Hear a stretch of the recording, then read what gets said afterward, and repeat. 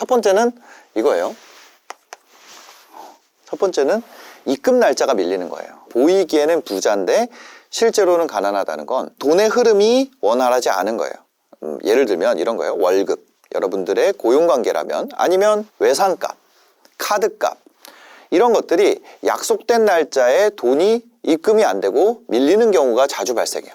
이런 분들은 보통 자신이 갖고 있는 실제 경제력보다 더 많은 돈을 소비하거나 더 많은 돈을 투자하거나 무리한 돈이 나가는 무언가를 하고 있기 때문에 실제로는 현금 흐름이 좋지 않은 경우가 많죠.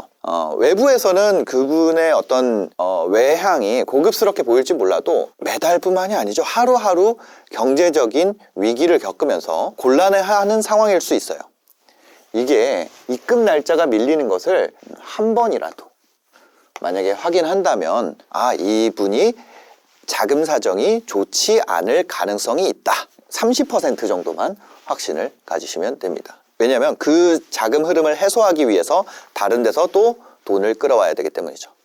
두 번째는요, 예를 들면 내가 30% 정도 생각을 했는데 그분이랑 이제 얘기를 하다 보니까 이런 거예요. 이게 나의 오해야. 그러니까 그분은 정상적으로 했는데 이건 결과잖아요. 근데 말이 복잡하다는 얘기예요. 말이 막 왔다 갔다 하다가 결국엔 그게 복잡해서 결론적으로 내가 오해했구나 라는 상황이 계속 반복돼요.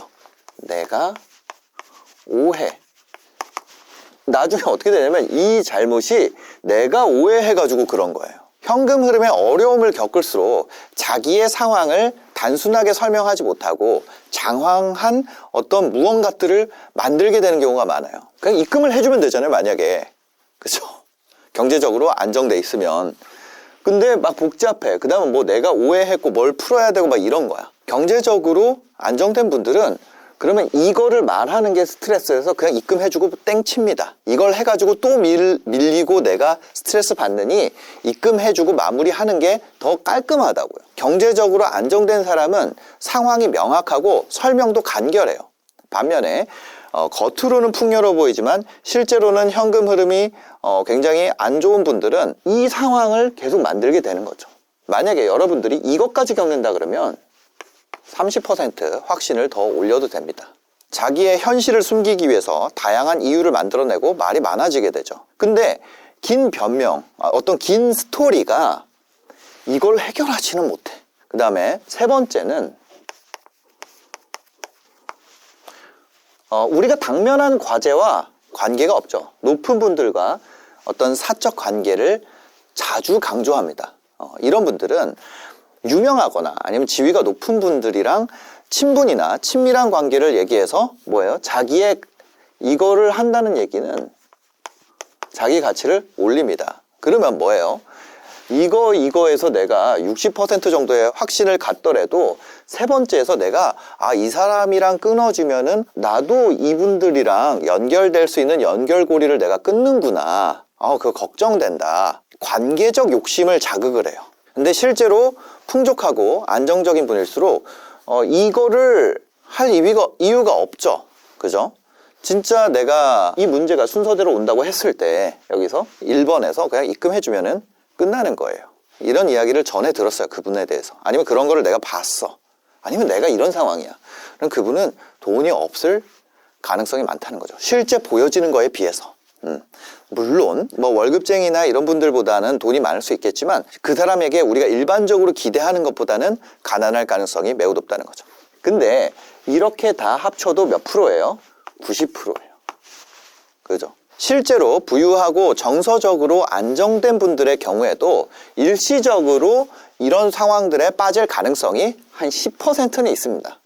10%는 있어요. 그래서 만약에 여러분들이 누군가 이런 특성을 보이는 것을 내가 발견했어. 아니면 그런 것을 들었어.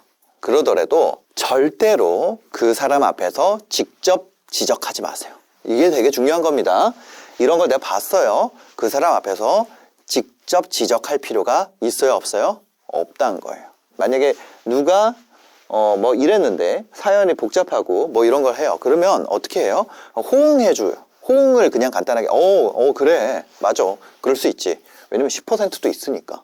그게 더 나은 선택이라는 거예요. 다만 이걸 절대 하지 마라. 뭔가 법적 효력, 이걸 만들지 말라는 거예요. 그 다음에 뭐예요? 구두 약속도 하지 말라는 거예요. 이분들과 계약서 사인하지 말고 입금하지 말고 구두 약속도 하지 마세요. 왜? 이 늦어지는 입금 날짜가 나와의 관계에서 적용될 수도 있어요. 이분이 말하는 이 복잡한 상황에 내가 참여하게 될 수 있어요. 그 다음에 이분들과 사적 관계를 얘기한다 그랬잖아요. 나와의 관계도 다른 데서 언급될 수가 있어요. 그분이 전하는 말에 내 얘기가 섞이게 될 가능성이 다분한데 굳이 엮일 필요가 없다는 거예요. 그러니까 우리가 해야 되는 선택은 그분의 인정 욕구를 채워주고 그냥 좋은 사람으로 남는 게 훨씬 더 좋은 선택이에요. 겉으로 뭘 사치를 하고 이런 게 아니라 이런 분들이 있잖아요. 전형적인 진짜 부자의 특성을 보여줘요. 예를 들면 어떤 말할 때 여유가 있습니다. 그 부분은 내가 알아서 할게. 그럼 걱정하지 마. 왜? 말은 공짜예요. 태도도 공짜예요. 그리고 진짜 사람들은 그 사람의 브랜드나 이런 걸 보고 그 사람을 평가하지 않고 그 사람의 말과 행동을 보고 평가하기 때문에 부자로 보이는데 가난한 사람을 더 구별하기 어렵다고요. 그러면 왜 이렇게 해가지고 이거를 내가 안 얽히려고 그러냐? 첫 번째는 경제적 리스크 때문이에요. 가짜 부자인 척하는 사람이 실제적으로 뭐예요? 재정이 불안한 경우가 많잖아요. 근데 그런 분들이랑 비즈니스 하거나 금전적으로 엮이면 약속이 지켜지지 않거나 금전적인 손실을 볼 가능성이 높아요. 이건 뭐예요? 그 생각의 피해가 아니라 그냥 실질적 피해예요. 두 번째 뭐예요? 감정적 심리적 피로감 때문이에요. 이분이 가짜로 포장된 것 같다는 내가 의심을 거의 90%까지 올렸단 말이에요. 근데 믿어줘야 되잖아요. 이거를 유지하는 것만으로도 많은 에너지와 신경이 소모가 되죠. 이분이 이제 복잡한 변명이나 과장된 말을 계속 듣고 근데 내가 그거를 지적을 하면 안 되잖아요. 왜냐면 어른이니까. 그래서 그걸 계속 듣다 보면은 정신적으로 지치게 됩니다. 세 번째 뭐예요? 신뢰와 진실성 때문에 그래요. 꾸며진 모습으로 사는 사람들은 진짜 자신을 드러내지 않아요. 이 사람이 무슨 생각을 하는지도 몰라요. 그런 사람이랑 깊은 관계를 맺게 되면 솔직하고 신뢰할 수 있는 관계가 아니라 뭐예요? 그 사람을 만날 때마다 긴장과 의심만 늘어나는 관계가 되는 거예요. 또 어디 가서 내 얘기 어떻게 할지 모르니까. 그 다음에 뭘 해도 결국 내 오해라 그러니까. 입금이 늦은 것도 내 오해라 그러니까. 결국 입금 날짜가 밀리고 변명이 많고 어떤 높은 분들이랑 이런 사적인 관계나 자기가 겪었던 일을 이렇게 과시하는 사람이랑은 적당한 거리를 유지하고 그분들이 원하는 인정 욕구가 있단 말이에요. 그쵸? 이거는 들어줘라. 그냥 어쩔 수 없이 만났다면 지적하지 마라. 그 대신 이거는 하지 마라. 계약서 사인, 입금하지 마라. 구두 약속도 하지 마라. 여러분의 구두 약속을 가지고 어디 가서 활용을 한다니까. 그게 여러분 스스로의 개인적인 경제적, 정신적 안정과 삶의 안정, 그 다음에 인간관계가 피곤해지지 않는 데에 도움이 됩니다. 근데 여러분들이 나쁜 사람이 될 필요가 있어요? 그럴 필요가 없다는 거예요. 이분들의 사정을 내가 이해한다고 해서 같이 비즈니스로 얽히거나 이거 하는 거는 정말 여러분 인생을 피곤하게 만드는 선택이 될 가능성이 높습니다. 그러면 만약에 나 이미 이런 상태인데 그러면 어떻게 해야 되냐면 딱 끊지 말고 페이드 아웃이라는 게 있어요. 점점 낮춰가는 거예요. 연락 빈도를 왔을 때 만약에 내가 한 번 연락 오면 한 번 답장했다면 두 번 연락하면 한 번 답장하고 세 번 연락 오면 한 번 답장하고 두 번 만날 거 한 번으로 줄이고 그렇게 하면서 뭐냐면 이 사람의 인생에서 이게 뭐냐면 주요 인물이에요. 이 사람의 삶에서 내가 주요 인물에서 주변 인물 이렇게 순서대로 천천히 가는 것이 훨씬 더 부작용을 줄인다는 거죠. 왜냐면 이걸 얘기하는 거 좋아하잖아요. 만약에 나랑 연락을 딱 끊은 사람이 괜찮은 사람이면 내가 이상한 사람 될 거라고 생각을 해요. 왜? 관계에서 스스로 평가를 하니까. 왜 다른 사람 탓으로 만들까요? 그런 것 때문에 그래요. 그러니까 뭐냐면 주변 인물이 되는 게 되게 중요해요. 그냥 내가 만약에 여기 안 들어가는 게 베스트고 만약에 들어가 있다면 주변 인물이 되고 그냥 타인이라기보다는 원 오브 댐, 그 사람이 일반적으로 겪는 수많은 사람 중에 그냥 한 사람이 되는 것이 순서입니다. 그렇게 해서 점점 페이드 아웃해서 그냥 잊혀지기, 이 방식으로 빠져나와야 돼요. 이런 분들이랑 관계를 깊게 쌓을수록 여러분들의 삶이 복잡해질 가능성이 높습니다. 굉장히 조심스러운 얘기예요. 이분들은 어떻게 생겼냐면 진짜 젠틀하게 생겼어요. 오히려 막 그런 사람 있잖아요. 진짜 그냥 딱 봐도 사기꾼 같은 사람, 딱 봐도 허세 같은 사람, 관상의 과학이다 이런 거 있잖아요. 저 보세요. 관상이 안 좋잖아요. 관상에 딱 봤을 때 저 새끼 사기꾼 같다 이런 느낌이 들잖아요. 다 멀쩡해. 다 멀쩡하다고요. 차라리 막 명품을 막 이렇게 하고 이런 그런 수준이 아닙니다. 이게 이렇게 얘기하지 않는다니까. 굉장히 젠틀하게 얘기한다니까요.